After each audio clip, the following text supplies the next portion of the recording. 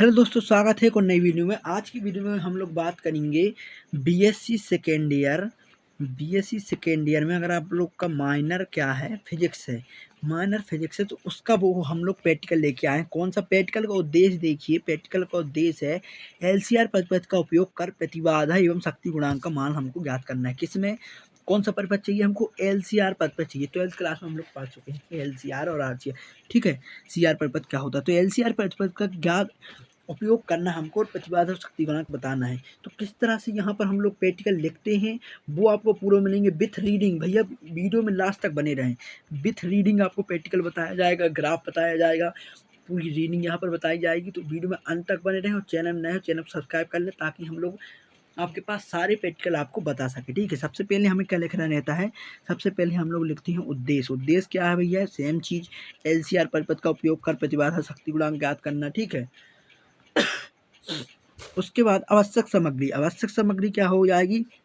एक परिवर्ती ट्रांसफार्मर, प्रत्यावर्ती millimetre, परास volt जिसकी बोल रहा है 0 से 500 हो, प्रत्यावर्ती वोल्ट मीटर चाहिए, ठीक है। प्रत्यावर्ती वोल्ट मीटर, पेड़ का कुंडली, संधारित्र लैंप, ये सब आपको क्या करना है पूरा यहाँ पे स्क्रीनशॉट लेके आप लोग लिख सकते हैं।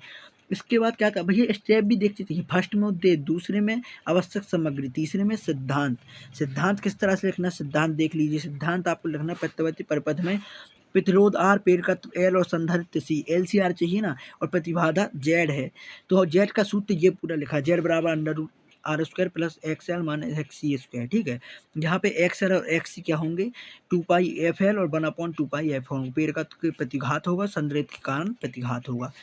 पूरी चीज़ यहाँ पर देखिए ए टू जेड। भाई वीडियो लंबी हो जाए लेकिन क्वालिटी मिलेगी आपको।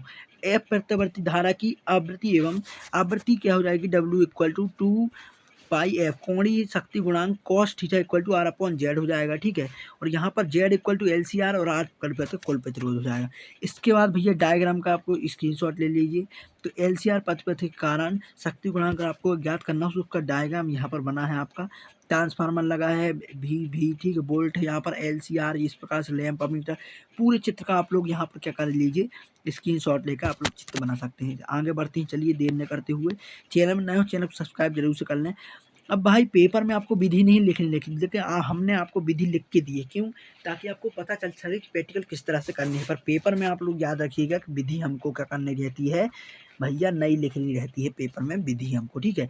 विधि की जगह में करके रीडिंग का मान लिखना रहता है। तो विधि एक बार देख लीजिए आप लोग, स्क्रीनशॉट लेकर इसको पढ़ सकते हैं।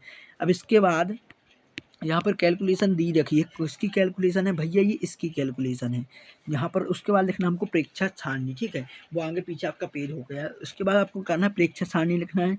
मिलीमीटर दिया है, वोल्ट मीटर से, ये सब आप लोग स्क्रीनशॉट लेकर लिख सकते हैं। स्क्रीनशॉट लेकर इस प्रकार से आप लोग लिख लीजिए। उसके प्रकाश भाई यहाँ पर आपकी क्या हो गई, सारणी क्या बननी है? सबसे पहले आपको ये बहुत चीज़ इंपॉर्टेंट है और पेपर में आपको बननी चाहिए कि भैया हमको वी एल आर लेना है, वी सी आर फर्स्ट में लेना है, दूसरे में वी एल लेना है, फिर वी आर लेना है, फिर वी सी लेना है, और लास्ट में आपको धारा लेनी है। और इस प्रकार से आपकी पूरी क्या सारणी बन जाएगी। 15, 24, 33, 42 आपका वोल्ट हो जाएगा। यहाँ पर 7, 10, 12, 15 आ जाएंगे। यहाँ पर ये जाएगा और ये आपका धारा ये पूरी हो जाएगी। तो 4 खंड बनने हैं यहाँ पर, 1, 2, 3, 4, और लास्ट का धारा आपका 5 खंड बनने हैं, ठीक है। 5 टोटल, 4 ये हो गए और एक आपकी धारा 5 हो गई। अब इन्हीं के बीच आपका क्या ग्राफ बनना है भैया। ग्राफ भी आप देख लीजिए किस तरह से बना है। ये ग्राफ बना आपका प्रॉपर देख लीजिए। एक ये है, एक ये है, एक ये है, एक 4 ग्राफ बने हैं, ठीक है। कोई भैया अब बोलेंगे सर जी ये किसके बीच ग्राफ है, तो हम लोग आपको बता दे रहे हैं। देखिए 4 ग्राफ किसके बने हैं, ये 4 ग्राफ इनके बने हैं। सबसे पहले वी एल आर और आई का एक ग्राफ हो गया। उसके बाद वी एल का और आई का 2 ग्राफ, ये 3 ग्राफ है, 4 ग्राफ, मतलब कि चारों के बीच भी आपको यहाँ पर ग्राफ बनाने। सबसे पहले देखिएगा, एक्स अक्ष में आई ले लिए और भी अक्ष में आपने ये ले लिए। तो यहाँ पर अगर मान के चलिए इनके बीच में ग्राफ बनाना है, 24 200 हो जाएगा, 33 290, 45 390, 57 490, इस प्रकार से आप लोग ग्राफ बना सकते हैं, ठीक है। तो यहाँ पर आपको पूरा ग्राफ बन गया ये। उसके बाद भैया 1 मिनट रुक जाइएगा, तब तक भैया आप चैनल को सब्सक्राइब कर दीजिए, ठीक। चलिए सही हो गया ये। इसके बाद आपकी क्या होगी, इसके बाद आपकी गणना करनी है, मतलब गणना क्या होती है, कैलकुलेशन। तो जो आपने सारणी बनाई उस सारी की कैलकुलेशन यहाँ पर दे रखी है आपको, देख लीजिए अच्छे से कैलकुलेशन किस तरह से करना है। सूत्र लगाना है V2 minus V1 upon I2 minus I1 का सूत्र लगाना है आपको। इस तरह से आपको ये पूरी कैलकुलेशन करनी है, एक बार आर के लिए करनी है, फिर एक्सएल के लिए, एक्ससी के लिए, और सभी को उठाकर आपका जेड में सूत्र रख देना। सिद्धांत वाले में, सिद्धांत में देखे थे ना हमने ये सूत्र, तो उसी में हमने क्या कर दिया, सबका मान रख दिया। तो मान रखने पर हमारे पास जेड बराबर कितना आ गया, जेड बराबर हमारे पास आ रहा है 0.07, ये हमारा मान आ गया जेड का। अब जेड डैश निकाल लीजिए, इसका सिंपल इस प्रकार से करके आप लोग 1/10, ठीक है, वी एन अपन आई कर देना है। फिर से अब यहाँ पर ये सूत्र लगेगा और जो भी आपका मान है उसको मान रख के आप लोग सॉल्व कर सकते हैं। प्रतिशत सूत्र निकालना है, प्रतिशत त्रुटि निकालना है, सिंपल 100 का मल्टीप्लाई करते हैं हम लोग, जो हमारी मान आया है उससे 0.1 से माइनस कर देते हैं। तो यहाँ पर आपकी प्रतिशत त्रुटि क्या आ गई, 0.3% आ गई। ठीक है भैया, कोई दिक्कत नहीं होनी चाहिए। यहाँ पर विधि तो आपने देख ली है। इसके बाद सिंपल आपका लास्ट काम रहता है उससे क्या, सावधानियाँ लिखना। तो भाई 3 से 4 सावधानियाँ आप लोग यहाँ पर लिख सकते हैं, ये सही प्रकार की दे रखी। सिर्फ विद्युत रोधी लचीले तारों का टुकड़ों का उपयोग करना, जब धारा बहती हो परिपथ तो खुले भागों को छूना नहीं चाहिए, ठीक है भाई, करंट रख सकता है। आरएलसी की सभी मानों का चयन करना चाहिए, परिपथ धारा नियत होनी चाहिए ताकि आर और आरसी के सिरों के बीच वोल्टेज मापा जा सके। तो भाई यहाँ पर पूरी आपको सावधानियां समेत हमने पूरा प्रैक्टिकल यहाँ पर बता दिया, और आगे भी बहुत सारे हमारे पास प्रैक्टिकल यहाँ पर रखे हैं इसके, ठीक है। ये आपकी गणना है और परिणाम है।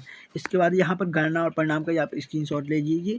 तो ये आपका पहले आएगा सावधानी की गणना और परिणाम। यहाँ पर ये पेज उल्टे पुल्टे हो गए, पर अगले बार हम लोग ध्यान रखेंगे। तो यहाँ पर गणना हो गई और यहाँ पर परिणाम, ये स्क्रीनशॉट आप लोग लेके लिख सकते हैं। तो भाई ये प्रैक्टिकल पूरा हमने आपको बताया। वीडियो पसंद आए तो लाइक जरूर से कर दें, और प्रैक्टिकल के हम लोग वीडियो आपके लिए लाते ही रहेंगे। तो ऐसी वीडियो के लिए चैनल को सब्सक्राइब कर लें, और अगले प्रैक्टिकल के लिए मिलते हैं। तब तक के लिए जय हिंद, थैंक यू।